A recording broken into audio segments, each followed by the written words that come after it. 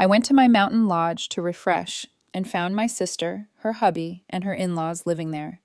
When she said, "What do you want, Parasite? I'll call the police," I replied, "Go ahead if you can," and boldly walked right into the living room. Then I watched her world collapse. The drive up to Copper Ridge had always been my therapy. 3 hours of winding mountain roads, pine trees thick enough to block out the world, and silence so complete you could hear your own thoughts settle. I bought the lodge 6 years ago, with my first big bonus from the tech startup, back when everyone said I was crazy, for investing in some cabin in the woods instead of a condo in the city. My hands gripped the steering wheel as I navigated the final turn onto the private road. October had painted the aspens gold, and the afternoon sun cut through the branches in dusty beams. I'd been planning this weekend for months, a full digital detox, no laptop, just me and the mountains, and maybe finally some clarity about whether to take the VP position that had been offered. The first sign something was wrong came when I spotted tire tracks in the gravel. Fresh ones, multiple vehicles. My heart kicked up its pace as the lodge came into view through the trees. There were 3 cars parked in the clearing: a silver SUV I didn't recognize, a blue sedan, and my sister Vanessa's white Range Rover, the one our parents had helped her buy 2 years ago, after she begged and cried about needing reliable transportation for her kids. Smoke curled from the chimney. Every light in the place blazed, even though it was only 4 in the afternoon. I pulled up slowly, my mind racing through possibilities. Had I somehow double booked? No. I built the booking system myself, emergency, but nobody had called. I checked my phone. No missed calls, no texts, just the usual work emails, and a notification from my Ring doorbell at my apartment in Denver. The moment I stepped out of my Subaru, I heard laughter, children's voices, high and excited, the smell of something cooking, barbecue maybe. I walked up the stone path I'd laid myself 3 summers ago, each step feeling surreal. Through the large windows, I could see people moving around. My people, in my space. I didn't knock. It was my house. The front door swung open, and the scene that greeted me belonged in some alternate universe. The living room was trashed. Not dirty exactly, but lived in. Toys scattered across my Persian rug. Empty soda cans on the coffee table I'd restored. Someone had moved my reading chair to make room for a massive flat-screen TV that definitely hadn't been there during my last visit in August. 3 kids I recognized as Vanessa's were sprawled on the floor playing video games. Her husband, Derek, sat on my leather couch, beer in hand, feet up on my ottoman. An older couple I assumed were Derek's parents occupied my dining table playing cards. Vanessa emerged from the kitchen wearing an apron, my apron, the one that said head chef, that my best friend Madison had given me as a housewarming gift. She froze when she saw me. For one beautiful second, I watched the color drain from her face. Then her expression hardened into something ugly. "What do you want, Parasite?" She actually sneered. "I'll call the police." The words hit me like ice water. Parasite. The same word she'd been using since we were kids, usually when I'd achieved something she hadn't. When I got in the lead in the school play, when I graduated valedictorian, when I'd landed my first real job, something clicked into place inside me, cold and clear. "Go ahead if you can," I said, keeping my voice level. Then I walked straight past her into the living room. Derek scrambled to his feet, nearly dropping his beer. His parents looked up from their cards, confused. The kids paused their game. "Ola, you can't just," Vanessa started. "Can't just what?" I turned to face her. "Walk into my own house? Your house?" Derek's voice cracked slightly. "Van said this place belonged to your family, that she inherited her half." I almost laughed. Almost. "Did she now?" I pulled out my phone and opened the Photos app. I'd learned to document everything years ago, after Vanessa had tried to claim I'd stolen Mom's pearl necklace that Mom had actually given me directly. Funny, because here's the deed. See? Ola Elizabeth Morrison, sole owner, purchase May 2019. I held the phone up, letting them all see. I'd taken pictures of every important document before going paperless. The silence was exquisite. "That's not," she said. Derek's mother, a pinched woman with too much hairspray, looked at Vanessa. Vanessa's face had gone from pale to blotchy red. "She's lying. Ola always lies. She manipulates everyone." Call the county recorder's office, I said pleasantly. They're open until 5. The property is listed under Morris and Ola E., parcel number 4472B. Would you like me to give you the phone number? Derek pulled out his own phone. The kids had stopped pretending to play and were watching with a fascinated horror children reserved for adult drama. Ben, Derek said slowly, you told me your parents left you both this property. They would have, Vanessa snapped, if she hadn't manipulated them. She always does this, swoops in and steals everything. The accusation was so absurd, I actually did laugh. I bought this property with my own money. Mom and Dad didn't leave us anything because they're still alive, enjoying their retirement in Arizona. Should I call them? Put them on speaker? You're such a... Vanessa hissed. I prefer property owner. I looked around at the destruction of my peaceful space. How long have you been here? Nobody answered. I walked to the kitchen, Vanessa trailing behind me, sputtering protests. The refrigerator was full of groceries. The pantry I'd stocked with my favorite coffee and imported pasta had been raided and refilled with generic brands and kids' snacks. The bag of premium coffee beans I'd left, nearly full last time, was completely gone. Someone had used my expensive olive oil to fry something, if the crusty pan on the stove was any indication.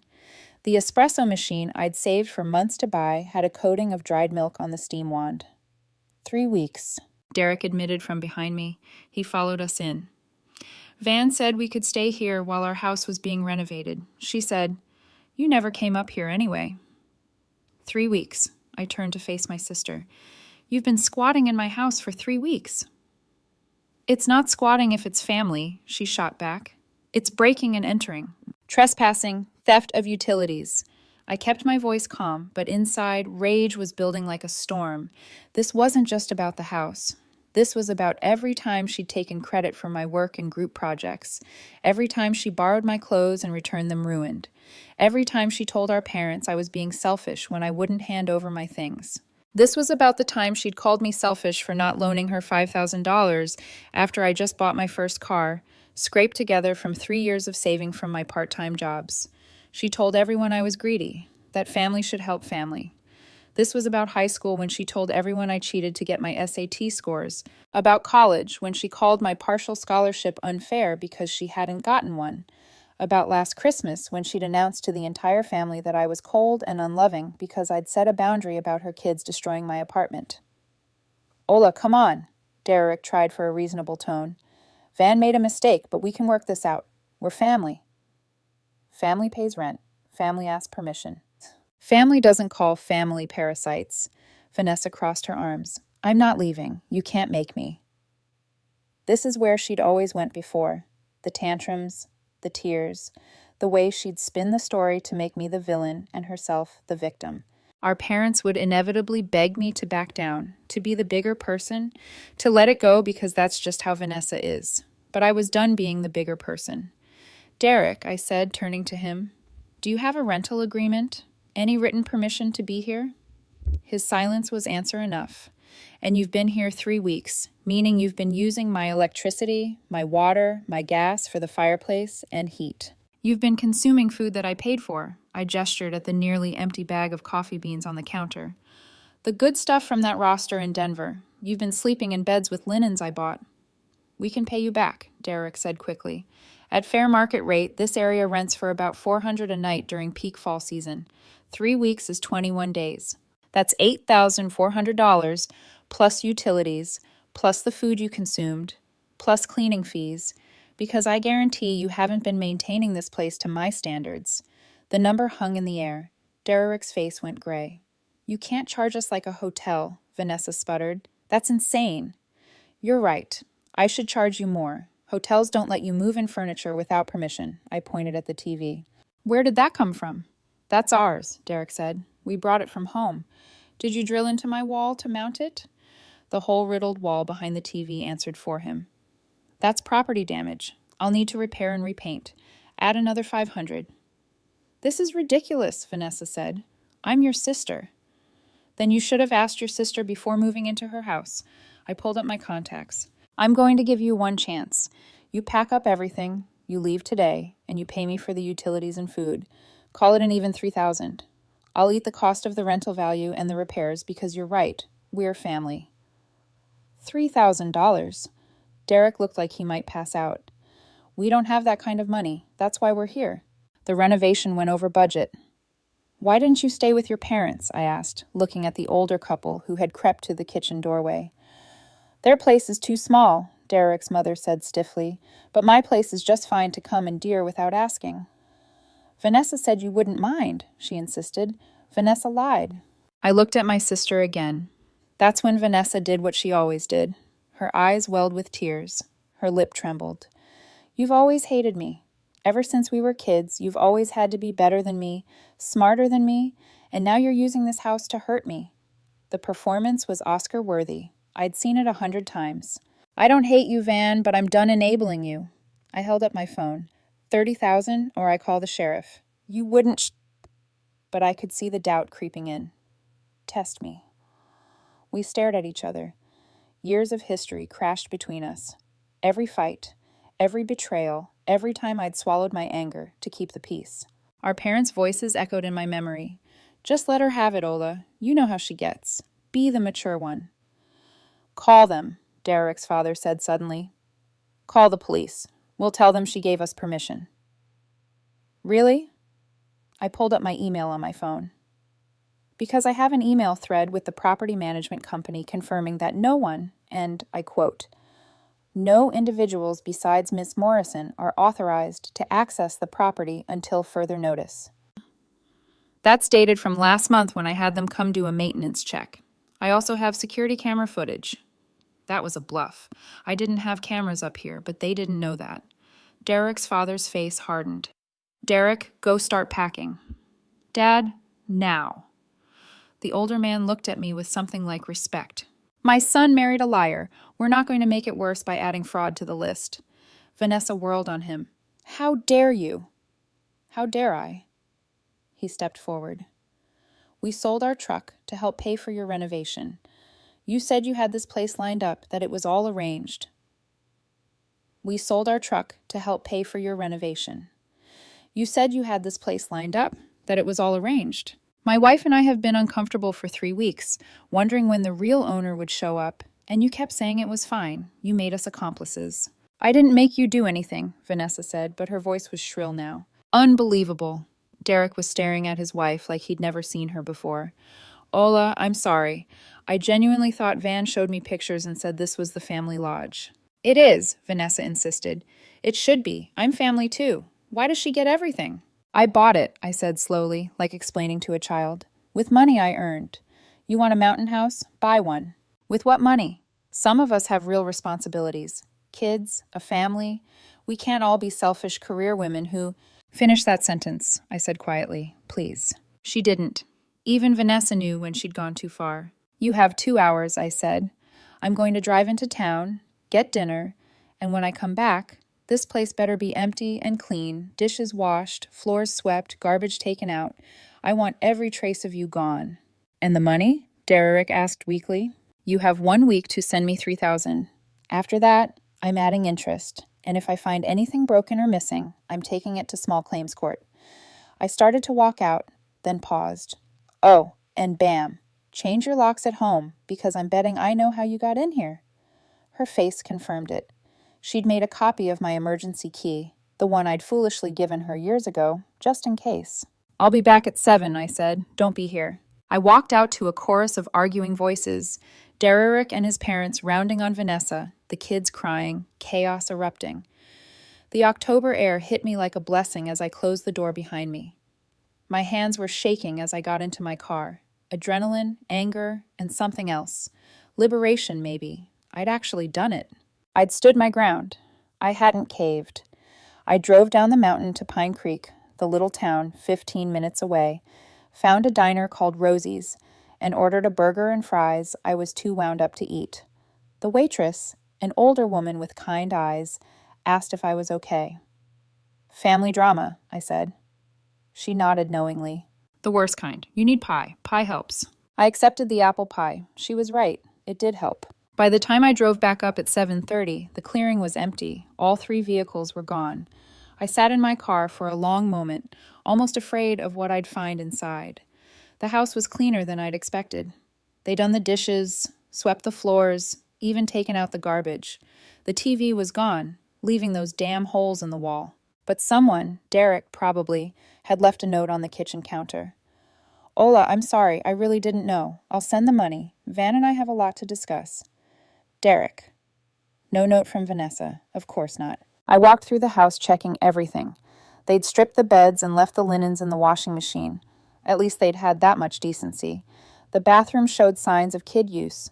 Toothpaste on the mirror, water splashed everywhere. The master bedroom was the worst. Someone had gone through my closet.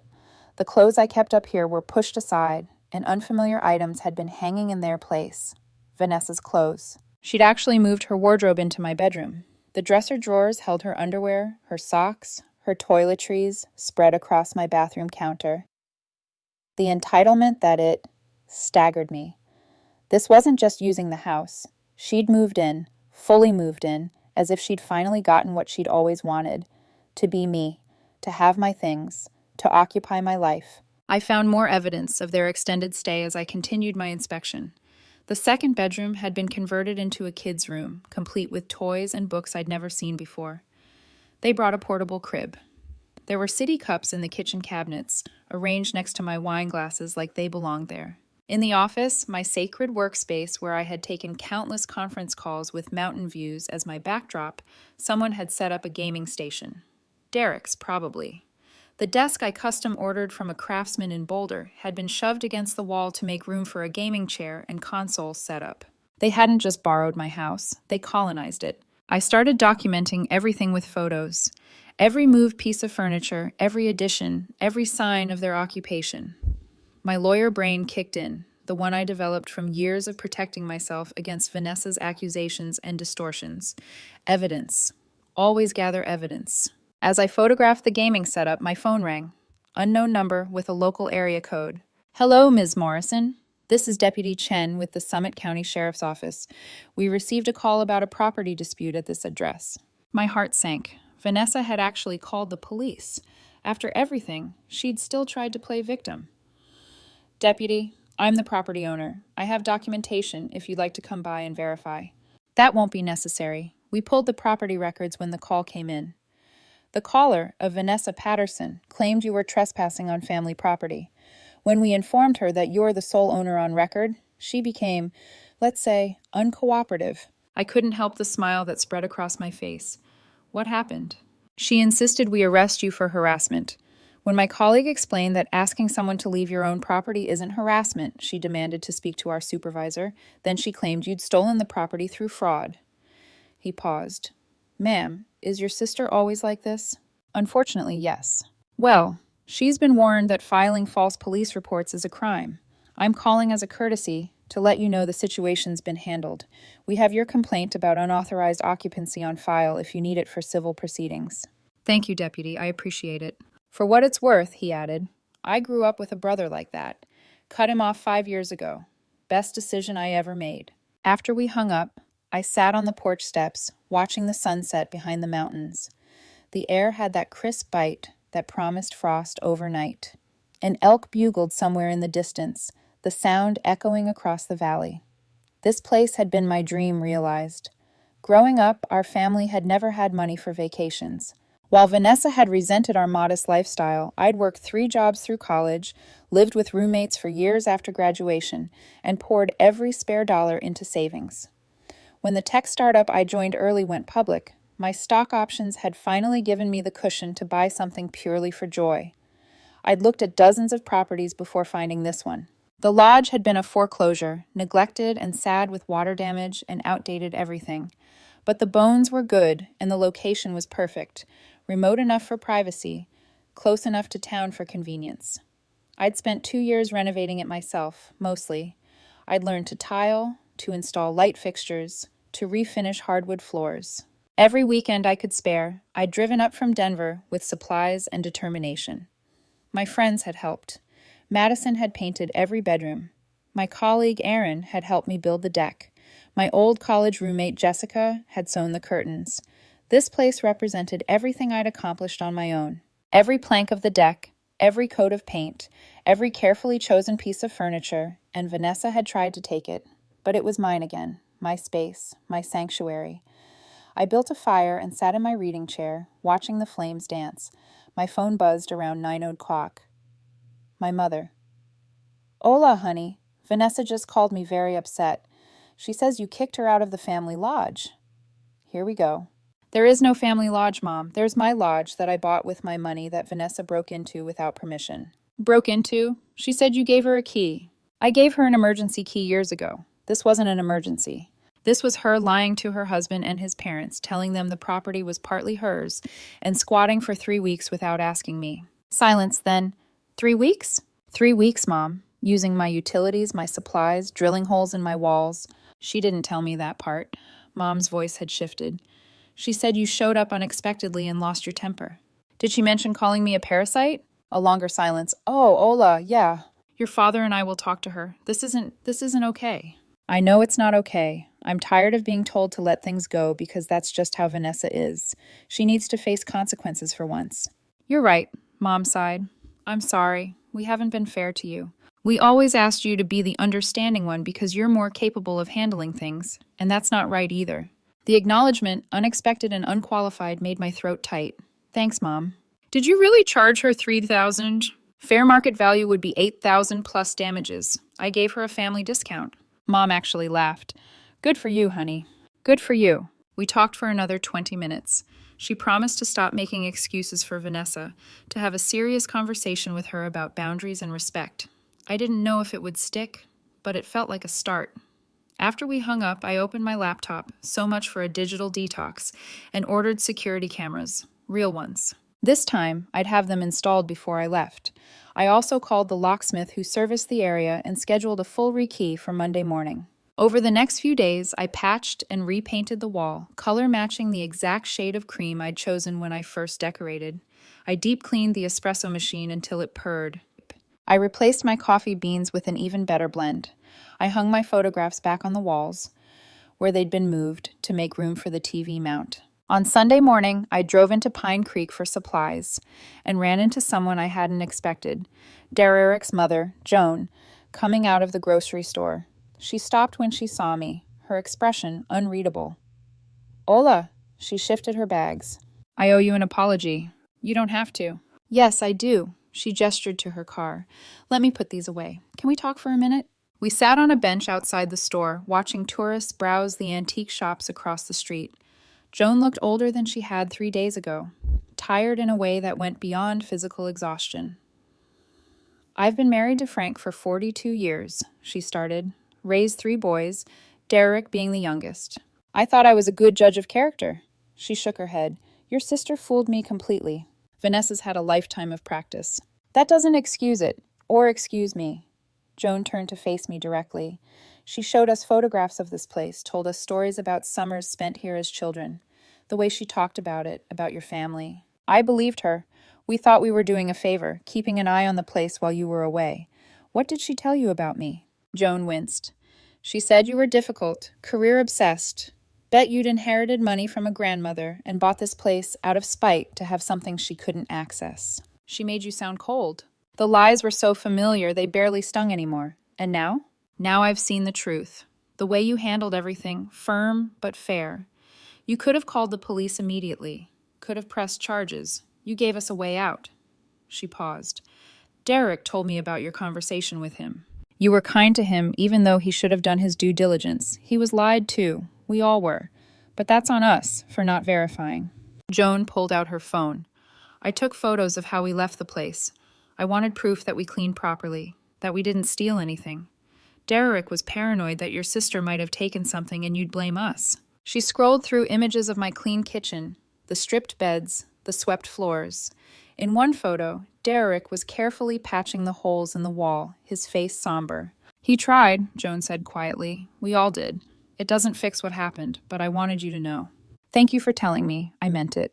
Joan had driven down here, sought me out, taken responsibility. It was more than Vanessa had ever done. One more thing, Joan hesitated. Derek's filing for divorce. He called a lawyer Friday morning. This wasn't the first time Vanessa's lied, apparently. Just the first time he couldn't ignore it. I should have felt triumphant. Instead, I just felt sad for Derek's kids, for the mess they'd have to navigate, for the fallout that would ripple through everyone's lives. I'm sorry, I said. Don't be. My son married a woman who calls her sister a parasite. That tells me everything I need to know about her character. Joan stood, shouldering her purse. I hope you enjoy your house, Ola. You've earned it. I watched her walk to her car. This woman who had been caught in Vanessa's web and had the grace to apologize. It reminded me that not everyone who hurts you means to. Some people are just collateral damage in someone else's dysfunction. Back at the lodge, I continued my restoration work. I found small things they damaged or misplaced. A chipped mug, a book with a bent spine, my favorite throat blanket stained with what looked like hot chocolate. None of it was irreplaceable, but each discovery reinforced how little respect Vanessa had for my things. In the bathroom, I found one of her prescription bottles in the medicine cabinet. Anxiety medication. I felt a pang of something. Not quite sympathy, but recognition. Vanessa had always been anxious, always convinced the world was against her. In her mind, maybe she really did believe she deserved this place, that I'd somehow stolen opportunities that should have been hers. But mental health struggles didn't excuse behavior. They explained it, maybe, but they didn't make it okay. I'd been to therapy for my own issues, learning to set boundaries, to recognize manipulation, to trust my own perceptions after years of gaslighting. I'd done the work. Vanessa needed to do hers. I threw the pill bottle in the trash, then fished it back out. I'd mail it to her. Despite everything, I didn't want her to go without medication she might need. I set it aside with a mental note to send it to our parents' house, where she was staying, along with anything else of hers I found. That evening, I video called my best friend, Madison. She'd been texting worried messages since I'd sent her a brief summary of what had happened. "Please tell me you're okay," she said immediately. Her face filled the screen, concern evident in her eyes. "I'm okay. Better than okay, actually." I walked her through everything. The confrontation, the cleanup, the conversation with Joan. Madison listened without interrupting, though her expressions ranged from shocked to furious to proud. "You're my hero," she said when I finished. "Seriously, do you know how many people would have just caved? Let her stay, avoided the conflict. Old me would have. Old you got stepped on. New you is a badass who knows her worth." Madison grinned. "I'm so proud of you. I could cry." "Don't make me cry, too. I've done enough of that this weekend." "Good tears, though, right?" "Yeah, good tears." I looked around at my reclaimed space. It feels different now, like I've actually earned it twice. Once by buying it, once by fighting for it. "You shouldn't have had to fight for your own property." "No, but I'm glad I did." We talked for another hour, Madison filling me in on work gossip and her latest dating disaster. The normalcy of it grounded me, reminded me that life continued beyond family drama. After we hung up, I made dinner. Pasta with that expensive olive oil I'd replaced, a salad with vegetables from the Pine Creek Farmers Market, and a glass of wine from a bottle I'd been saving. I ate slowly, savoring each bite, grateful for the silence. My phone buzzed with an email. Derek, sending a bank statement showing the $3,000 transfer along with a longer message. "Ola, I've attached the payment confirmation. I've also been documenting everything for my lawyer. I hope you don't mind that I'm using our text exchange and your accounting as evidence of Vanessa's deception. My attorney says it demonstrates a pattern of dishonesty. I never wanted to believe she was capable of something like this. I'm sorry I didn't protect you better as family. You deserve better from all of us. Derek." I replied simply, "Thank you for taking responsibility. I hope you and the kids are okay." His response came quickly. "We will be. It'll take time, but we will be. You taught me something important this weekend, that being family doesn't mean accepting unacceptable behavior. I'm going to teach my kids the same lesson." I reclaimed my space inch by inch. Derek sent the money on day 6 via Venmo with a note again. "I'm so sorry. If it matters, we're in counseling." It did matter. A little. Derek wasn't a bad guy. He just made the mistake of believing his wife without question. I hope they worked it out, or at least that he learned to verify things. Vanessa never apologized. No surprise there. But 2 weeks later, Mom called to tell me that Vanessa had cried for an hour during their talk and admitted she was jealous of me, that she'd always felt like the family disappointment compared to her accomplished younger sister. "That doesn't excuse what she did," Mom said firmly, "but I wanted you to know she's agreed to therapy too, individual therapy." I appreciated the update, but I wasn't holding my breath for a transformation. Some people change. Others just get better at hiding their true nature. 3 months later, I was back at the lodge for Thanksgiving weekend, this time with Madison and a few friends from work. We cooked an elaborate dinner, played board games by the fire, and hiked to the ridge to watch the sunrise over snow-dusted peaks. I still can't believe your sister tried to steal your house, Madison said as we stood on the overlook, our breath fogging in the cold air. She didn't try to steal it. She tried to pretend it was already partly hers. Classic Vanessa. Rewrite reality until everyone believes her version. Did she ever apologize? Nope. I sipped my coffee from a thermos. But she's afraid of me now, which is almost better. Madison laughed. As she should be. You went full scorched earth. I went reasonable adult to enforce normal boundaries, I said with a smile. The truth was, I had gone a little scorched earth. After the initial confrontation, I compiled every receipt, every utility bill, every photo of the damage, and put together a detailed accounting. I'd sent it to Derek with a payment demand copied to his parents' email address that I'd gotten from a return receipt on a thank you card they'd left. I'd made sure everyone knew exactly what had happened. Not out of spite, though I'd be lying if I said there wasn't some satisfaction in it, but because Vanessa's lies only worked when she controlled the narrative. I'd also, in a moment of petty triumph I wasn't entirely proud of, posted a photo on social media of me at the lodge with a caption, "Home Sweet Home," and tagged the location. Several family members had commented asking about the family property Vanessa had mentioned.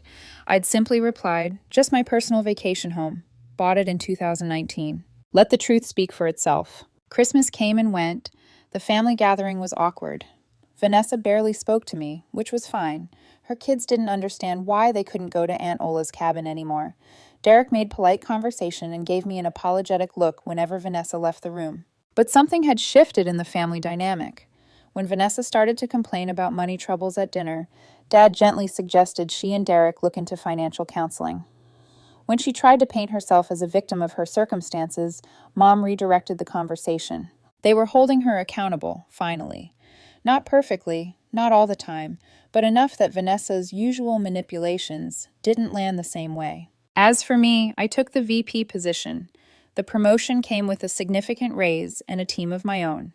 I also started therapy, not because of Vanessa, but because the whole situation had made me realize I'd spent years managing other people's emotions at the expense of my own. I learned that setting boundaries wasn't cruel, that protecting my peace wasn't selfish, that I didn't owe anyone access to my life just because we shared DNA. The lodge remained my sanctuary. I had the security system installed, changed all the locks, and kept the only set of keys. When well-meaning relatives asked why I didn't share it more, I smiled and said, "It's my personal retreat, but I'd be happy to recommend some great Airbnbs in the area." The cameras went in first. Discreet but comprehensive coverage of all entry points. The technician, a guy named Marcus who'd done security for half the properties in Summit County, whistled when I told him why I needed them. "Family's the worst," he said, mounting a camera above the front door. "My cousin stole my identity once. Bought a jet ski in my name." "Did you press charges?" "Damn right I did. He's still paying me back." Marcus tested the camera angle. "You want these set to alert you for any motion or just when someone approaches the door?" "Any motion within 50 feet of the house." "Smart lady." The system linked to my phone, sending real-time alerts and storing footage in the cloud. I tested it obsessively that first week, checking the feed at random times. Mostly I saw deer, occasionally an elk, once a black bear that sniffed around the garbage shed before wandering off. But I slept better knowing I'd be alerted if anyone tried to access the property again. The locksmith came 2 days later, a woman named Patricia who had been changing locks in the mountains for 30 years. She took one look at my old deadbolts and shook her head. "These are builder grade. Anyone with basic lockpicking skills could get through them in under a minute." "What would you recommend?" "High security deadbolts, smart locks with individual access codes you can change remotely, and reinforced strike plates." She pulled out her tablet to show me options. "You want to keep people out? This is how you do it." I went with her premium package. By the time Patricia finished, my lodge had better security than some banks. She programmed the smart locks with codes and let me set up the system so I could grant temporary access remotely if needed, and added security film to the ground floor windows that would make them nearly impossible to break quietly. "Overkill?" I asked as she packed up her tools. "Honey, I've been doing this long enough to know that the people who think security is overkill are the ones who end up calling me after a break-in crying." She handed me her card. "You're being smart. If someone wants in bad enough, they'll find a way." but you've just made it way more trouble than it's worth. The investment was significant, close to $5,000 between the cameras and locks, but every dollar felt worth it. This wasn't just about Vanessa anymore. This was about protecting something I'd built, claiming sovereignty over my own space.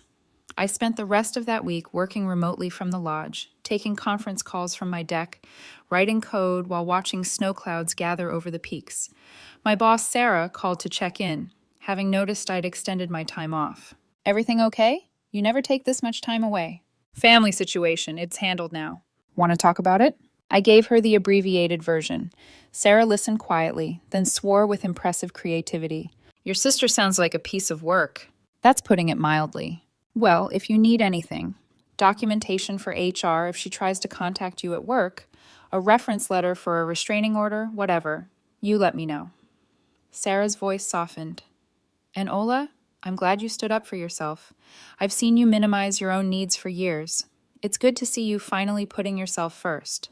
The observation caught me off guard.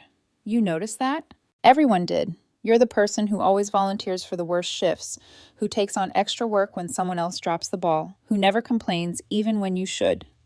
She paused. "It made you an incredible employee, but it also made me worry about you."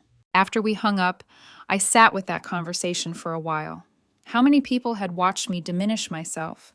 How many had noticed the pattern I thought I was hiding? That night, I started a journal, not a diary. I'd tried those before and always felt too self-conscious, but a record of boundaries set and maintained. Each entry was simple. October 22nd, told Sarah I needed a week off. She approved without making me justify it. October 23rd, declined Mom's request to call Vanessa and talk things out. Explained that Vanessa needs to apologize first. October 24th, didn't respond to Vanessa's email claiming I'd ruined her life. Forwarded it to my therapist for our next session. Small victories, but victories nonetheless. A week after the confrontation, a package arrived at my Denver apartment. My neighbor texted me a photo. It was from a law firm. I had it forwarded to the lodge. Overnight shipping, anxiety spiking. Had Vanessa sued me? Was this about the money Derek had paid? The envelope contained a letter from Derek's attorney, but not what I'd feared. It was a notarized statement confirming the payment, releasing me from any further claims related to the property use, and, unexpectedly, a formal apology letter from Derek that had been witnessed by his lawyer. The apology was thorough, taking full responsibility for his failure to verify Vanessa's claims. He outlined the lies she told, the documentation he'd since discovered she'd forged, including a fake email supposedly from me giving permission, and the steps he was taking to ensure his children understood the importance of honesty and respecting others' property. The final paragraph gutted me. "My children ask why they can't visit Aunt Ola's cabin anymore. I told them the truth, that their mother lied, and that lies have consequences. They're angry with me for leaving, angry with their mother for lying, and confused about everything. But I'd rather they learn this lesson now than grow up thinking it's acceptable to treat people the way Vanessa treated you. I'm sorry we all failed you. You deserve family who protected you, not family who enabled your sister's worst impulses." I called my therapist and scheduled an emergency session. Dr. Rivera had been working with me for 2 years on family dynamics and codependency patterns. "It sounds like Derek is taking real accountability," she said after I read her the letter. "It feels weird, like this is what it's supposed to look like, an actual apology." "That's because you're used to non-apologies. I'm sorry you feel that way. I'm sorry, but you also did X. Real apologies name the harm, take responsibility, and outline changed behavior. Derek did all three." "What do I do with it?" "What do you want to do?" I thought about it. I want to acknowledge it, tell him I appreciate it, but I don't want to absolve him completely or open the door to a close relationship. Those are all possible in one response. Dr. Rivera helped me craft a reply that was gracious but boundaried. I sent it that afternoon, and Derek responded with a simple, "Thank you for receiving it. That's all I was hoping for." Meanwhile, Vanessa had gone silent. No calls, no texts, no social media posts. The quiet felt ominous, like the stillness before a storm.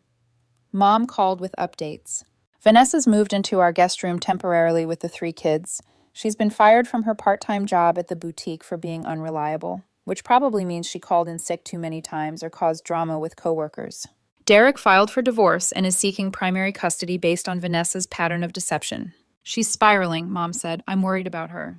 That's fair. Being worried and being enabling are different things. I know. Your father and I aren't giving her money anymore.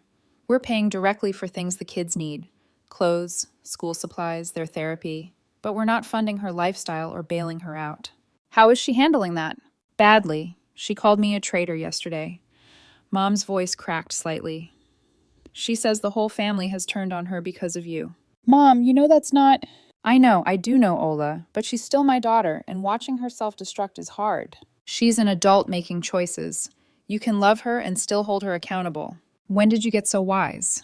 Therapy. Lots and lots of therapy. We talked for another half hour, Mom processing her guilt over how she'd enabled Vanessa for years. It was painful to hear, but necessary. Change hurt. Growth hurt.